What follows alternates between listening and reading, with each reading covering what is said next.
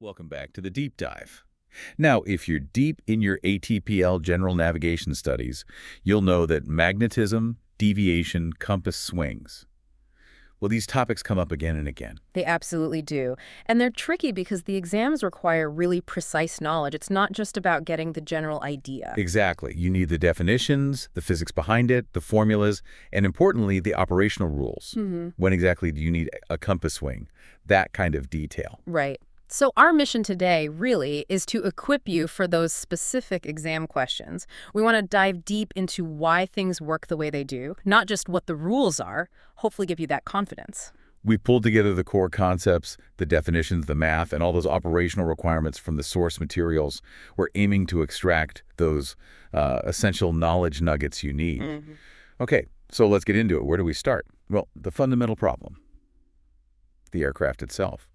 Why does it mess with the compass in the first place? Yeah, that's the starting point, isn't it? The core issue is deviation.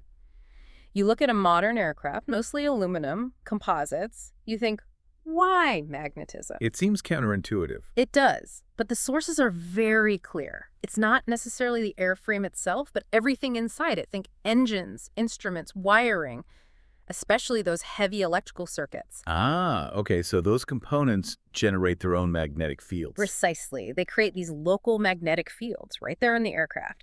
And these local fields, they sort of interfere with or distort the Earth's natural magnetic field that the compass is trying to follow. And that distortion, that difference between where the compass points and actual magnetic north, that's deviation. That's deviation. And to really get a handle on it for the exams, you absolutely have to understand the two main types of magnetism causing this deviation: hard iron and soft iron. Okay, let's break those down. Hard iron first. Seems maybe simpler to start with. Yeah, let's start there.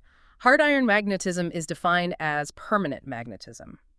Think of components, maybe steel parts in the engine, landing gear, even some older fasteners that have become permanently magnetized. Like a fridge magnet, but, part of the plane. Sort of, yeah. It could happen during manufacturing, or even just by the aircraft sitting still on the ground, aligned with the Earth's field for a long time.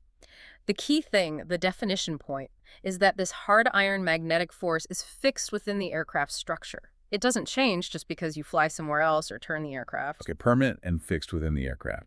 That sounds straightforward enough. But here's the crucial nuance, the bit the exams love to test.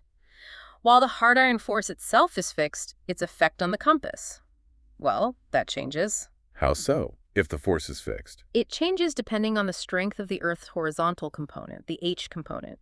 Remember, H is the part of the Earth's field that actually directs the compass needle north-south. Right, the directive force. Exactly. So imagine the hard iron is like a fixed magnetic pole inside the plane, and the H component is the Earth's pull trying to align the compass correctly.